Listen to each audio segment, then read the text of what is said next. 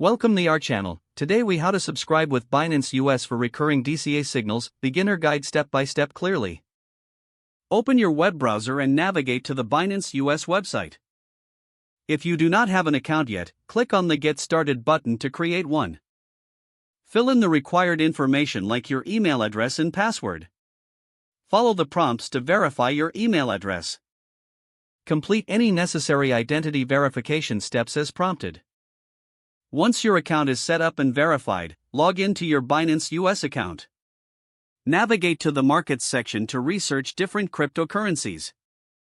Identify the assets you are interested in for dollar cost averaging, or DCA.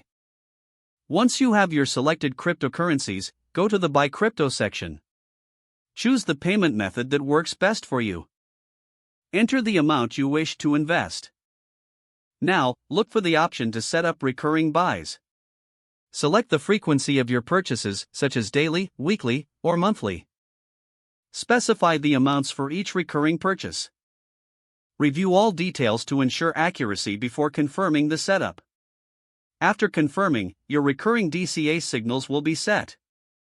Monitor your Binance US account regularly to check on. Adjust your settings in the recurring buy section whenever needed. Stay informed about market trends to make educated investment decisions. Enjoy the benefits of automated investing through dollar cost averaging. If the page does not load, refresh the browser or try again in a private or incognito window. Make sure you are using the correct email address, then retype it carefully to avoid small typos. If your password is not accepted, use the reset option and create a new strong password you can remember.